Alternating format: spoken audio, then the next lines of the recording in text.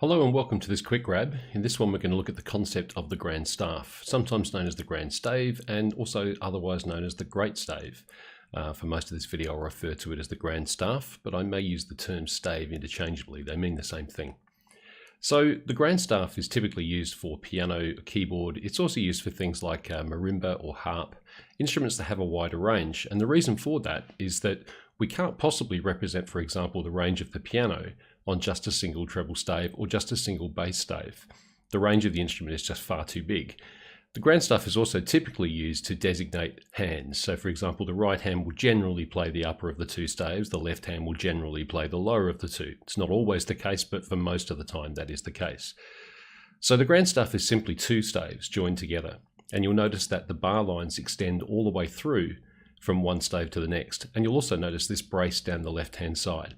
This indicates that all of this is one thing and it's meant to be played simultaneously. If we look at another example of just a quick piece of piano music, this is a short arrangement of Jingle Bells I did for a student, you'll see here that we have these two staves joined together. So this comprises one line. We typically refer to it as a system.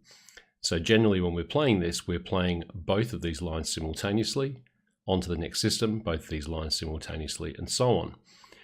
You'll also see that the features I pointed out before there, the bar lines extend all the way through and the brace on the left-hand side that joins it together into a system. Other examples of where you might see that is the full score for something like a string quartet. So here we have violin 1, violin 2, viola and cello, and you'll see that the bar lines extend all the way through the four staves, and again they're braced together on the left-hand side.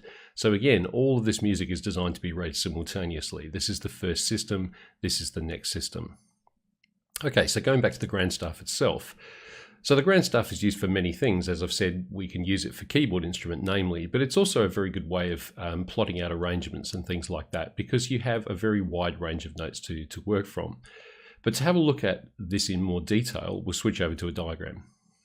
Okay, so here we are with our grand staff. Now nothing's changed in terms of the way we read the notes on these two staves. This treble clef, the rules for reading treble clef still apply. So we still have our face going up through the spaces, and we still have every good boy deserves fruit going up through the lines. Nothing's changed there. Same thing with the bass clef, all cows eat grass, and our grizzly bears don't fly aeroplanes. Nothing's changed, that's exactly the same.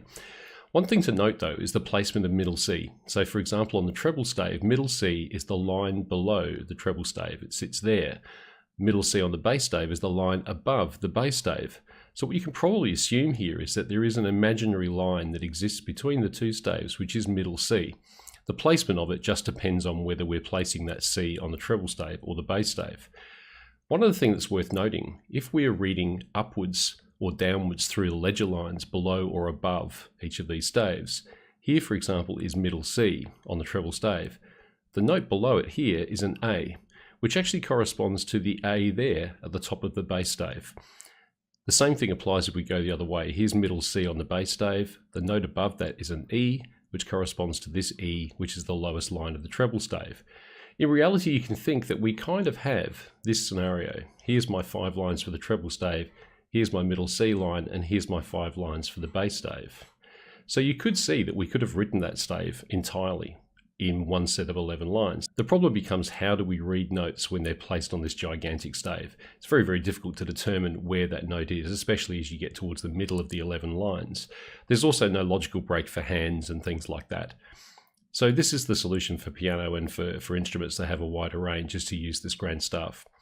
Anyway, I hope that's been useful. Don't forget to subscribe to the channel. Please like the video and share with your friends. And if you have any questions or comments, leave them in the section below and I'll address as many as possible. Thanks very much, and I'll see you in the next one.